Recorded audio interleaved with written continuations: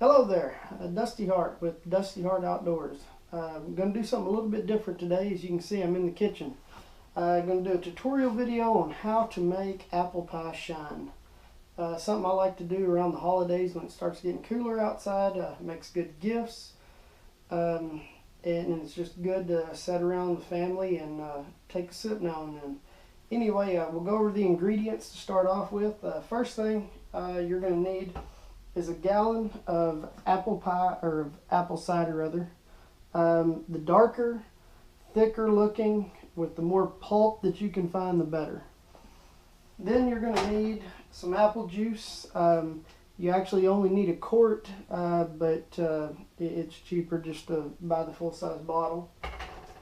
Then you're going to need some cinnamon sticks, a little bit of vanilla, a little bit of nutmeg, and then the alcohol to go in it. The base ingredient on the alcohol is grain whiskey. In other words, this diesel stuff, Everclear.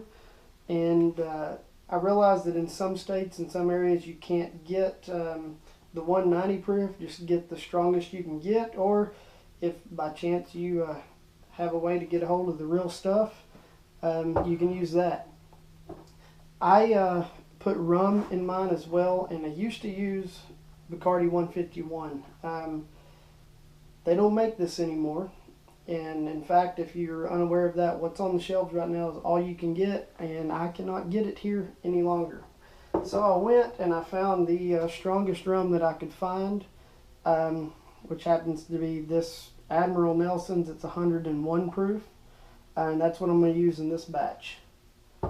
Last but not least, you're going to need a big pot, such as this one.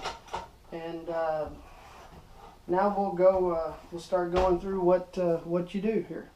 Okay, first thing we do here is we're going to open the apple cider, and we're going to pour the entire gallon into our pot here.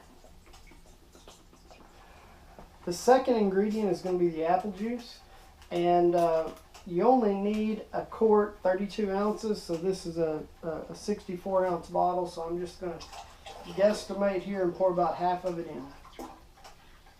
Okay, after you get your apple cider and your apple juice in the pot, you want to turn your burner on max. What we want to do is we want to get this to a boil. While you're doing that, here I take and cut these longer cinnamon sticks like this into halves, and then I'm going to put about 10 of them in here with this. Now next, this is something that not everybody does, but it's something that I do. I'm going to put about a teaspoon of vanilla in here. That's it, and then I'm going to take and just sprinkle a little bit of nutmeg in there. That's good. Now we're going to bring this to a boil. Once we get it to a boil, we're going to turn it down to a simmer, and we will add the sugar. Okay, once you get it to a boil, we want to turn the stove down to a medium heat. Continue to stir it through the whole process. This is something you don't want to fire up and then walk away from. You want to keep an eye on it and keep stirring it constantly. And once you've got it down to the heat turned down to where it's manageable, then we're going to add the sugar. Now what I use here is going to be 1 cup of pure cane natural type granulated sugar, and then we're going to use 3 cups of and it doesn't matter what brand, but light brown pure cane sugar.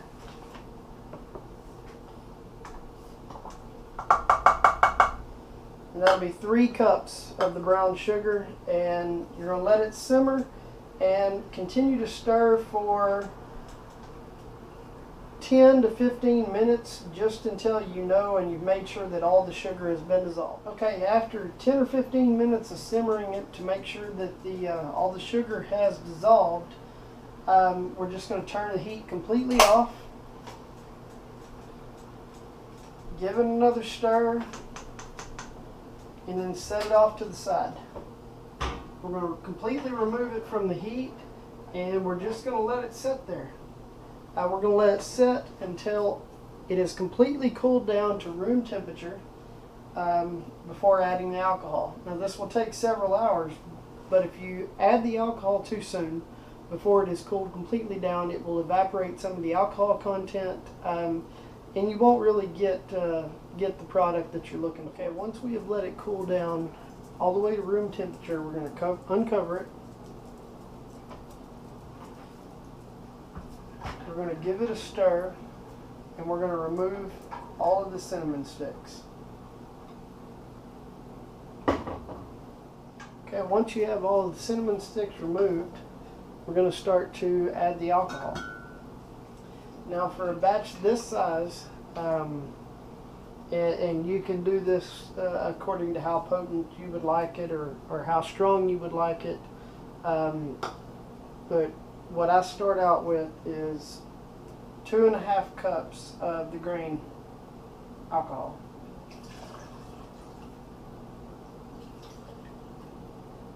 And then we get the rum, and we're going to do 2 cups of the rum.